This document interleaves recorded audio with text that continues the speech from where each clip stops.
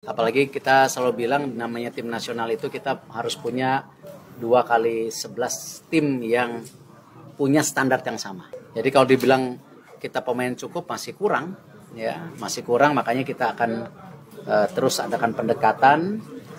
Kita sedang mencari pemain tambahan di posisi penyerang. Mudah-mudahan nanti 2 minggu ada kabar bagus. Demi lambang Garuda, Tom Hai ternyata sampai lakukan hal mengejutkan ini demi bela timnas Indonesia di laga melawan Arab Saudi. TC selesai. Indras Jafri bongkar hasil latihan dan uji coba timnas Indonesia U20 selama di Jepang. Cukup subscribe dan aktifkan tombol notifikasinya agar kalian tidak ketinggalan informasi putar timnas Indonesia dari kami.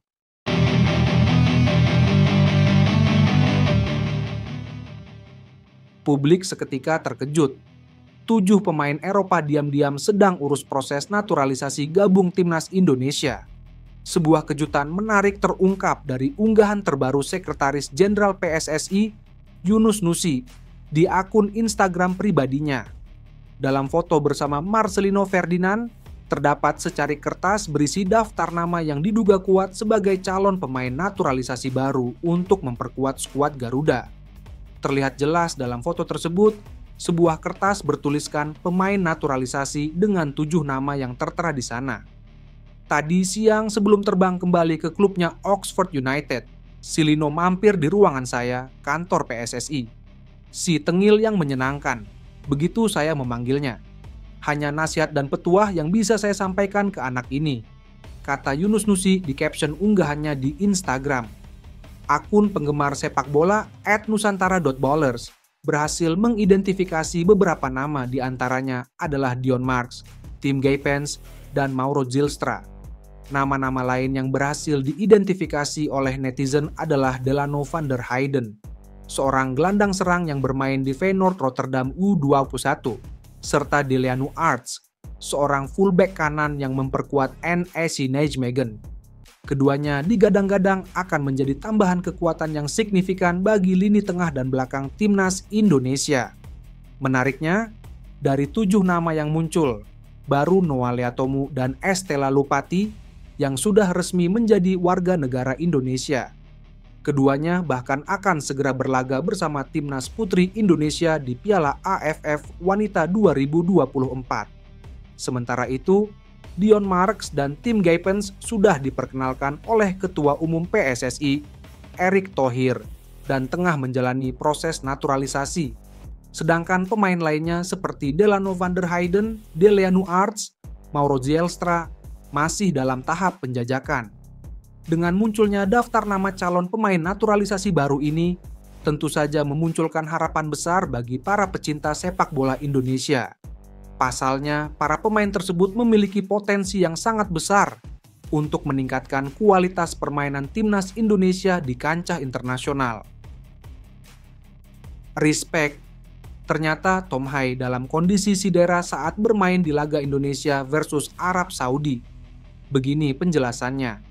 Pada laga tersebut, peran Hai dan Iver Jenner cukup solid di lini tengah skuad Garuda. Umpan jitu Hai bisa melewati garis bek lawan yang membuat Indonesia bisa cepat dalam membangun serangan balik. Pertahanan Green Falcon saat itu dipasang tinggi dan skema tersebut cukup efektif untuk memberikan ancaman. Apalagi Indonesia memiliki pemain-pemain cepat yang membuat Shin Tae-yong bisa mengandalkan pemainnya dengan baik. Tom Hai menjelaskan, dia sebenarnya mengalami cedera di babak pertama. Akibatnya, dia harus mendapatkan perawatan saat jeda pertandingan. Namun, ambisinya untuk bermain tetap tinggi yang membuat dia tetap berada di lapangan. Sebenarnya, pergelangan kaki saya terkilir sebelum turun minum.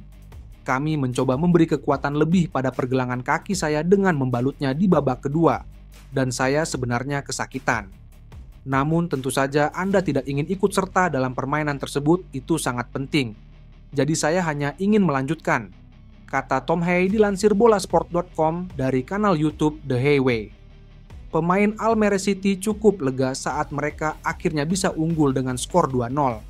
Artinya, dia bisa sedikit tenang dan tetap menjaga permainannya meski tidak bisa 100%. Beberapa kali cedera itu kambuh dan dia harus menahannya meski sakit. Setelah kami mencetak 2-0, saya terus berjalan, namun ada momen saya berpikir rasa sakitnya semakin parah. Anda tentu harus 100% pada saat itu. Lanjutnya, Haye kemudian menyerahkan posisinya pada Nathan Joe Aon pada menit ke-68. Saat itu dia berpikir semua pemain yang masuk akan memberikan segalanya di lapangan. Dengan atribut Nathan, Shin terlihat ingin pemainnya lebih bertahan karena sedang dalam posisi unggul. Saya pikir itu juga bagian dari sepak bola profesional. Anda juga harus tahu apa yang terbaik untuk tim. Saya berpikir bisa melanjutkan tapi tidak bisa dalam kondisi 100%. Anda tahu bahwa semua orang di samping juga siap memberikan segalanya, jadi ini pilihan yang tepat untuk keluar, ujarnya. Pelatih Timnas U20 langsung beberkan hal ini soal TC Timnas Indonesia U20 selama di Jepang. Begini hasilnya. Timnas U20 Indonesia terus mematangkan tim jelang Piala Asia U20 2025. Mereka saat ini sedang menjalani pemusatan latihan TC di Jepang dari tanggal 6 hingga 23 November. Saat ini pemain Garuda Nusantara fokus pada adaptasi bermain di cuaca dingin. Pasalnya, pada Piala Asia yang digelar di Cina, nanti diprediksi mereka akan bermain di bawah suhu 14 sampai 19 derajat Celcius.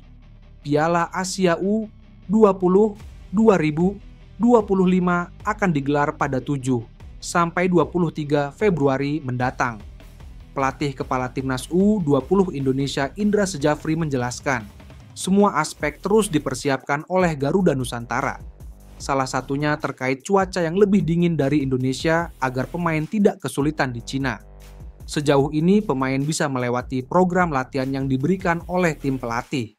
Dari sisi non-teknis pemain terhadap cuaca yang setelah kita lihat di Cina pada bulan Februari, diprediksi suhu di antara 14 sampai 19 derajat. Tidak terlalu dingin. Di sini ada 4-13 derajat, adaptasi pemain cukup baik, kata Indra Sejafri dilansir bolasport.com dari kanal YouTube Timnas Indonesia. Selain itu, pakaian hangat juga dipersiapkan dengan matang di TC Jepang ini. Dia ingin mereka tetap bisa tampil maksimal meski berada di suhu yang cukup dingin. Tim pelatih juga terus berdiskusi agar semua pemain bisa nyaman saat berada di lapangan. Kita juga mengantisipasi apa saja yang harus kita persiapkan, baik itu jaket dan baju dalam. Kita sudah diskusi untuk persiapan kompetisi, kata Indra. Dari sisi pemain, Ikram Al-Ghifari menyampaikan bahwa suhu di Jepang saat ini cukup dingin.